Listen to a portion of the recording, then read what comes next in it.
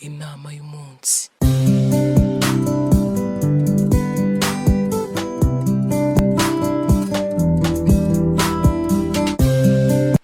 Buri uko imvura iguye, sometimes nisanga nasubiye inyuma cyane mu bitekerezo. Niyo mpamvu uyu munsi numva nabasangiza inkuru y'ibyambayeho. Chelsea and I have been friends since childhood.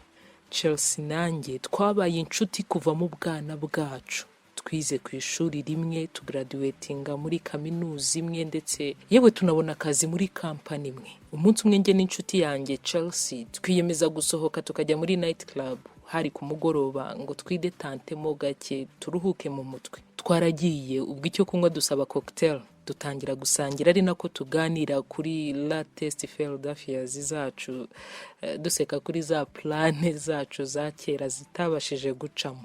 Njye nitwa Cora.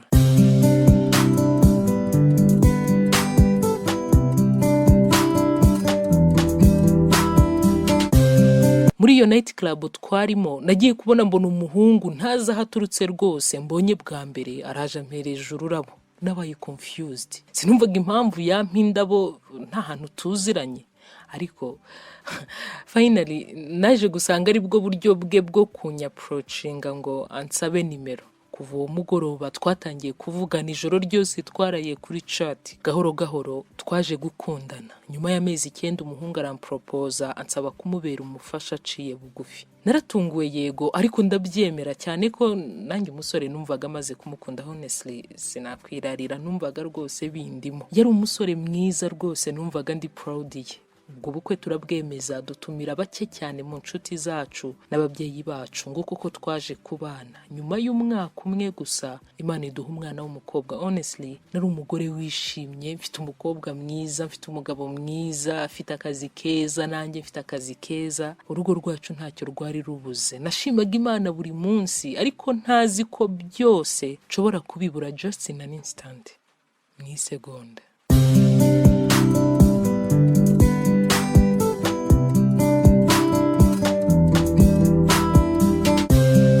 It was a terrible day. Wari umunsi mubi mu gihe cy'ubukonje bwa bundi koko bukabije. Narimo niruka cyane ndwana no kugera mu rugo. Nari mfite ibintu byinshi bijagaraye biteraguye hirya no hino. Nashakaga kugera mu rugo kare ngo mbashe kubishyira ku murongo. But just in a second, a piece of ice from the roof turned my life upside down. Mu kanya gato cyane nk'ako guhumbya, urubuye rw'urubura rwari hejuru ku nyubako nari mpagazeho ndimo nitaba telefone mbere yuko njyaho nari mparitse imodoka ngo ntahe. Rwampinduriye amateka, ndakubwiye. Rwanyikubiseho mu buryo nanjye ubwanjye ntari nsobanukiwe. Nagaruye ubwenge ndi kwa muganga, ncometseho ibyuma, amamashini hirya no hino. Nakorewe operation ebyiri zose mu gihe kitageze no ku cyumweru. Nari nababaye cyane ku buryo ntari nkibasha no kwicara. Umukobwa wanjye kandi ubwo ntiyari yakujuje n'imyaka 3 byibuze. Mabuko yafashe umukobwa wacu amujyana iwe ngo abashe gukomeza kumwitaho, akajya muzana kunsura nka 3 mu cyumweru. Chelsea yanshuti yanjye kuva zamani, kuva mu bwana, yazaga kundeba buri munsi. So I began to notice how my friend was exchanging some strange glances with my husband. Nta nameza birarashira ibyo byose bibaye, natangiye kubona Chelsea yanshuti yanjye magara n'umugabo wanjye barebana mu buryo budasanzwe. Nari umugore wicaye mu kagare. Uko Chelsea yabaga agiye mu gikoni, maybe nko gukora icyayi, umugabo wanjye nawe nabonaga mukurikiye. Narabirebye ntangira kwibwira ikirimo kijya mbere, nubwo bwose ntashakaga kwizera ko ibyo mbona ari ukuri gusa. Nanjye nari mbizi ko ndi just paralyzed, ndi paralize gusa, ariko ntahumye mbasha kureba ibiri kuba. Byatangiye kujya bimbabaza, nkarizwa no kuba bandambiwe vuba. Nageze aho nsaba Chelsea yanshuti yanjye kutaza mu rugo, ariko umukobwa aranyumva, arandeba, araseka gusa. Kuva uwo munsi nibwo namenye ko ibintu byamaze gufata intera hagati ye n'umugabo wanjye.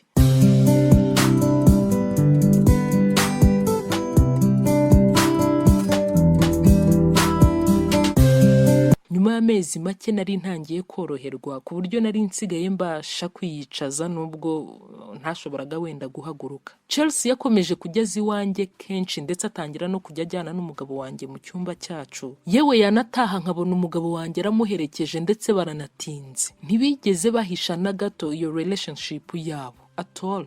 umugabo wanjye yashatse umuganga aramwishyura kugira ngo azajye aza kunyitaho buri munsi mu rugo. Kuva icyo gihe Charles ntiyongeye kugaruka mu rugo, ahubwo umugabo wanjye niwe watangiye kujya amusanga iwe. Icyo gihe njye nabashaga gusa kwicara mu kagare, wenda nkaba nanatembera nkijyana aho nshaka hose mu nzu. Ubwo umugabo wanjye atangira kujya arara adatashye, ndetse rimwe na rimwe akamara n'iminsi adakandagira mu rugo. Bidatinze rwose anyerurira ko arimo apanga kuba yagenda burundu.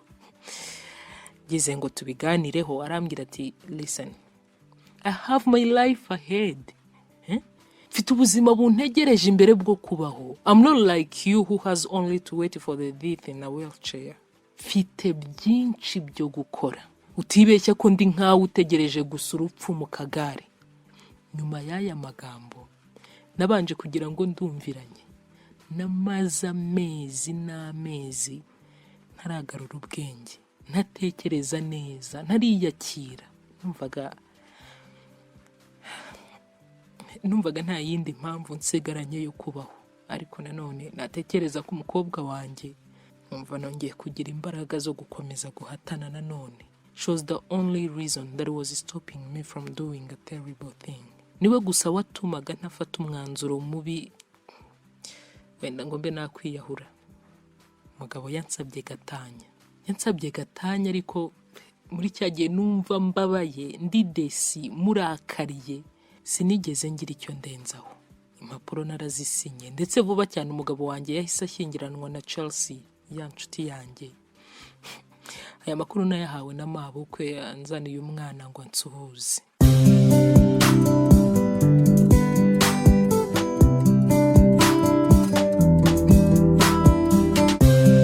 Uyu munsi hashize umwaka mpuye n'impanuka y'urubura rwanyituyeho. Ariko uyu mwaka wose nawumaze ndira. Sinzi niba narigeze mbasha guseka byibuze n'umunsi umwe. Natangiye gukora bimwe mu by'umusaykologist wanyitagaho yambwiye. Gukora siporo ngo mbashe kumva ndiho, mbashe kumva nda live, ngihumeka, ndi muzima nanone. Yambwiye just to take a deep breath. Guhumeka, ngashyira ibitekerezo byanjye hamwe, ubundi nkajya hanze ngafesinga isi nanone, nkareka kwikingirana mu nzu. Igitondo kimwe rero ndabyuka, ndambara njya hanze kuri supermarket itari iri kure cyane yaho nari ntuye. Nagiye guhaha, ariko ngira ngo nanaruhuke, mpindura ibitekerezo mo gato, byibuze nanjye numva akazuba ko hanze uko kameze. Ku muryango wa alimentation nari ngiye kwinjiramo, nahabonye umugabo usa nkaho atari ubwa mbere twari duhuye, nubwo numvaga ntibuka neza aho tuziranye. Ubwo umugabo nawe aranyitegereza cyane, amamagara mu izina ati is that you Cora?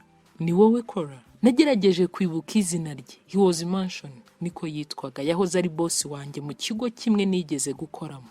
Yari umugabo ucecetse. Nahise nibuka uburyo njye na Chelsea, ya nshuti yanjye, twajyaga tumuganiraho duseka, ikintu cy'ikigabo kingana gutyo kikibana na nyina mu rugo, kitazi no gutereta ku myaka yacyo, kikaba nta mukunzi, tuti apura nta mubosi urimo, nuko umubona agenda gusa. Maze kwibuka ibyo byose numvise nkozwe n'isoni. Mansion yandebaga mu maso adahumbya, ambaza niba hari icyo yamfasha. Ndamubwira nti no merci, ntabwo bigoye, narinje hano gusa guhaha.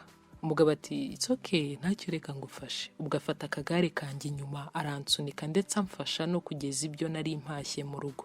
Ntarasobanukirwa impamvu Mansion adasohoka mu gikoni. Nasanze amaze gutunganya already ibyo guteka, yabikase, amavuta nayo yashyize ku ziko. Si ukungeza mu rugo gusa, ahubwo yaranantekeye. Nubwo guteka byari kimwe mu byo akunda muri hobbies ze, ariko nukuri numvise nkozwe ku mutima. For the first time in recent months, bwa mbere nariye numva mfite apeti mu mezi menshi cyane yarashize. Tumaze kurya, umugabo amfata mu kiganza, andeba mu maso, arambwira ati ndabizi ko bigoye, ariko ntiwihebe kuko ufite ahazaza heza kandi hagutegereje.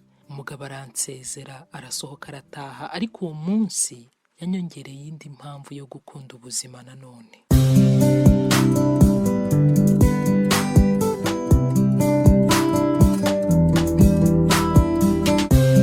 The next day, umunsi ukurikiyeho, Mansion yagarukanye ibyo kurya nanone, frigo arayuzuza. My friend, sinibuka igihe mperukira kwibona nitaweho bene ako kageni. twatangiye kuganira nza no kumenya ko burya Mansion yari afite umubyeyi urwaye cyane, mama we yari arembye cyane kandi niwe mwana yari afite wenyine wo kumwitaho, kandi Mansion nawe niwe mubyeyi gusa yari asigaranye. Byanze bikunze yagombaga kumwitaho. Mansion ati ibyo bibazo byose by'uburwayi rero byaje mbere y'icyumweru kimwe ngo nkingiranwe n'umukobwa twari tumaze igihe dukundana. Ikindi mama amaze kurwara natangiye no kubura umwanya wo kujya ku kazi, simbashe gukurikirana ibintu neza kubera amarandevu menshi ya hato na hato yo kwa muganga. Business yaje guhomba ngo kuko umukobwa twagombaga gushyingiranwa mu cyumweru kimwe yandetse ahubwo akimariya n'umugabo wari inshuti yanjye. Mbese muri make urumva ko inkuru zacu zifite aho zihuriye.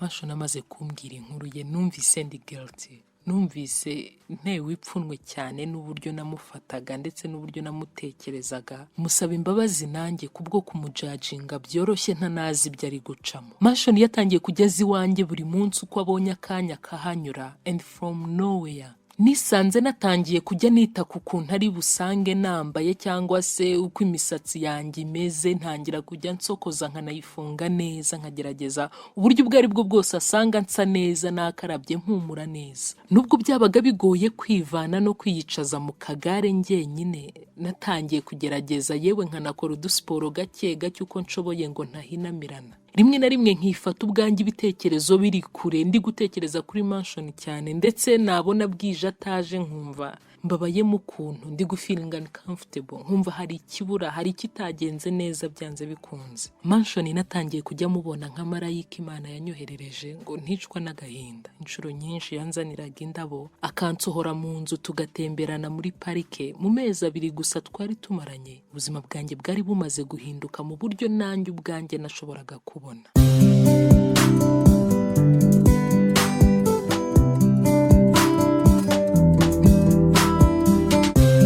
Umunsi umwe rero ndimo nkora siporo mu rugo, nicaye mu kagare nyine ndi gukora udusiporo duto nari nshoboye tw'amaboko, nikubise icupa ry'amazi ku kirenge numva ndababaye ku mano. Nagize ngo ndi kurota. Numvaga Mansion atinze kuza ngo musangize iyo nkuru nziza, ariko Mansion aje nawe ku mugoroba yaje mbona ari mu yindi mood idasanzwe, ari serious a bit more ugereranyije nuko namubonaga. Nabonaga yahindutse, ubwoba buranyica, mburaho mpera mubwira ibya ya nkuru y'ibyambayeho mu gitondo. Numvise ngize ubwoba ko ashobora kuba aje kunsezera. Icyantunguye, umugabo yanyambitse impeta ansaba niba twabana. Naranezerewe kandi mbyemera ntazuyaje kuko numvaga amaze kumumenya neza. Yari umugabo uca bugufi, akemera kumfasha ntacyo ndi bumwishyure. Ikindi kandi kunkunda azi neza ko ntazigera na rimwe nshobora kongera kugenda. Numvaga ari igitangaza. Noneho byongeye nta n'amafaranga nkurikiranyeho ngo byibuza kurikiye ubutunzi. Nabonye ariyo unconditional love, urukundo rudafite icyo rugendeyeho nahoze nifuza. Nanjye ubwo nibwo noneho natinyutse mubwira ibyambayeho mu gitondo ko numvise ububabare ku kirenge, bisobanuye ko nubwo byaba nyuma y'imyaka myinshi ariko nshobora gukira. Nibwo bwa mbere nari mbonye Mansion yishimye bigezaho maze kumubwira iyo nkuru. Nyuma y'amezi 6 twarasezeranye nk'umugore n'umugabo. Mansion yanjyanye mu ivuriro rikomeye mu gihugu. Nyuma y'amezi 8 dukora imyitozo iri painful, ibabaje, process itoroshye, igoye, nabashije kugendera ku mbago, ariko byibuze ndahaguruka ndahagarara. Mbasha kongera kugenda ntari mu kagare. Ndibuka umunsi ntungura umukobwa wanjye avuye ku ishuri agasanga mpagaze nticaye mu kagare. Twembi twararize. Nibwo bwa mbere nari ndize amarira y'umunezero angana atyo nyuma y'imyaka myinshi. Hashize imyaka 2 amateka y'ubuzima bwanjye ahindutse, ariko ndumva ari nk'imyaka 10 kubera byinshi nanyuzemo mu gihe gito. Njye na Mansion twaje gutangira business ya restaurant kandi rwose iragenda ku buryo butangaje. Amateka yacu twembi yanditswe mu binyamakuru bigiye bitandukanye, yatumye imenyekana kurushaho. Dufite clientele nini cyane. Uyu munsi twabashije kugura inzu yacu kandi ihenze. Sometimes I feel like I'm dreaming. Rimwe na rimwe numva ari inzozi ahari ndi kurota. I remember umunsi umwe numva umuntu asona ku rugi. Natungwe no gusanga my ex husband wahoze ari umugabo wanjye aje kunsaba imbabazi. arira ngo ngaruke mu rugo nta n'isoni. Ati Kora byibuze please bikorera umukobwa wacu dufitanye. Narasetse cyane ndamubwira nti excuse me, I'm married woman now. Uyu munsi mfite umugabo ndakwinginze mpa amahoro.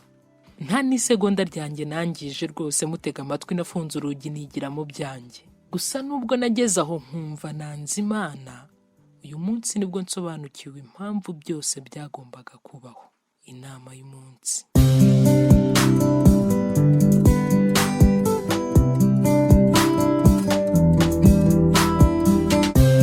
Sometimes when one door closes, you need to nail a board over it. Rimwe na rimwe hari umuryango wifunga, ukumva washyiraho n'izindi ngufuri ukongeraho n'andi mapata kugira ngo abawusohotsemo batazabasha kongera kwinjira nanone, cyangwa se nawe utazanatekereza kubakurikira. Buriya iyo ikintu kibi kibaye, sweetheart, uba ufite amahitamo abiri gusa. Yes, 2 choices, amahitamo abiri gusa. Let it destroy you or let it strengthen you. Kureka kikakwica cyangwa se kikakubaka.